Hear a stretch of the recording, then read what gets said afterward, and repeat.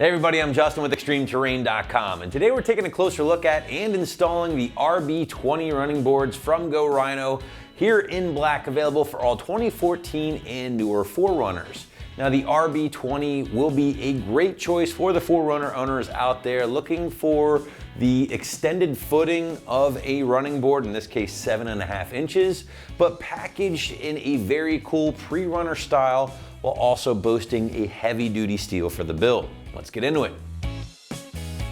So in my opinion, the RB20 running boards here are going to deliver a very unique appearance in the sea of Nerf bars and standard kind of boring factory running boards.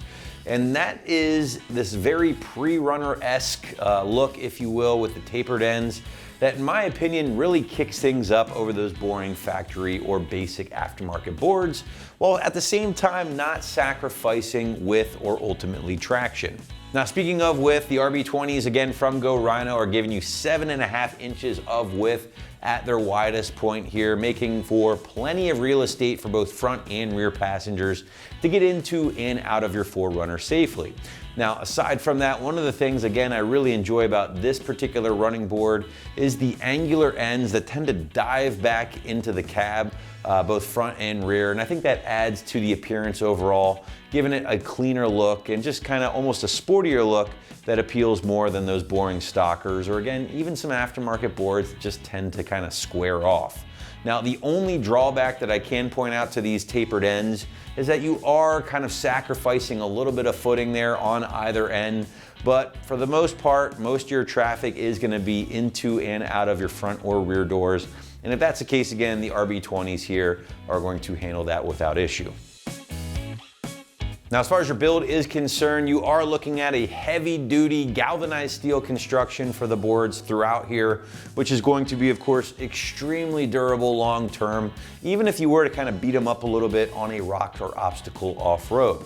After that, guys, everything has been finished off in a nice textured black powder coat. There certainly is some grip here, and that is going to prevent any slipping even on those slippery, wet, snowy days, things like that. And then last but not least, they are backed by a 5-year limited warranty, just in case you should run into any issues. Now, this is a great time to segue into our pricing segment, and the RB20s here are gonna land you right around $600, give or take, for the pair, which I will admit puts these on the higher end of the price spectrum for a non-powered running board. Now, you have to keep in mind, listen, I've seen a lot of steps come and go throughout during my time here at XT. And what I will say is a lot of times, yes, you might be paying a little bit more at the end of the day, but you have to factor in you're getting a much better material, in this case, the galvanized steel with a quality powder coat. You're getting a much better warranty with the 5-year warranty here, as opposed to sometimes no warranty. And on top of that, again, I think you're getting one of the most unique looking running boards in the category for owners who really dig that Baja inspired design. So a lot to kind of factor into that price point. I get it, not everybody wants to drop $600 on steps, but if you value a good quality construction and a unique look, these are certainly gonna be awesome. All right, guys, wrapping this up here again is our installation segment. Now, the Go Rhinos do include all of the necessary brackets and hardware to get everything in place kind of without issue, I would say. It's a very straightforward job. That's why the site's just gonna call it a solid 1 out of 3 wrenches on the difficulty meter, maybe an hour at absolute most to complete from start to finish. But now let's throw it out to the shop for our detailed walkthrough and tool breakdown. Tools required for this install include a ratchet and 12 and 13 millimeter sockets. What's up, guys? Today we're installing a set of side steps on our 4Runner, so let's get started. Now, the first thing we need to do is set up our brackets. Now, this is going to be our front bracket, and our center and rear brackets are going to be the same. They're going to have the 2 holes close, whereas the front are spread out. So once we have that figured out, we can remove the 6 bolts that are in the body underneath, and then put our brackets on and put those bolts right back through. So now underneath the car, we have these 2 bolts that are in the body. There's also 2 more sets of those in the center and the rear. So we'll take a 12 millimeter socket to remove our bolts.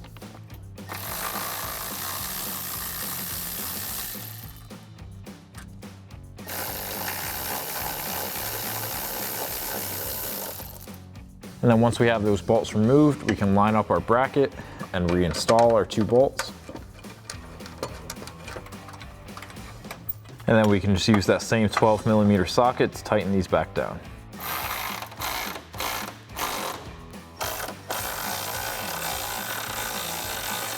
And then once we're done with the first one, we can do that same thing for the center and the rear brackets and repeat the whole process on the other side. So now we're ready to install our side step. We're looking at the bottom here. We have these brackets that are going to be sliding in. This U shape is going to go up. You can also tell by the welded nuts are going to go towards the top of the step. So we'll put that in here, twist it into place, and then we'll line it up with the holes in our brackets and install our included bolts to tighten everything down. Now just to see a little closer here, the U shape will be going up. So we'll put that in and twist it just like that. And then once it's on there, we can line it up with our holes. So now we'll lay our side step onto our brackets. Get it adjusted evenly left to right. And then we can go underneath the car, put our brackets in and install our bolts. So now underneath the car, we can take our bracket, U side up. We'll slide that in, and then thread our included bolts in with it.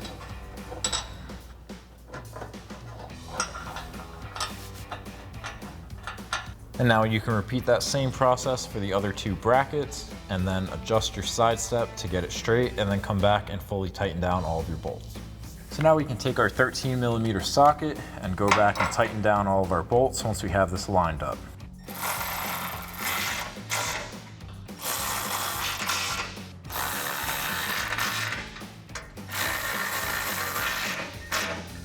And then we can do that same thing for our rear bracket and repeat the whole process on the other side. So that'll wrap up this review and install of the RB20 running boards in textured black for your 2014 and newer 4Runner. Thank you for watching, and for all things 4Runner, keep it right here at extremeterrain.com.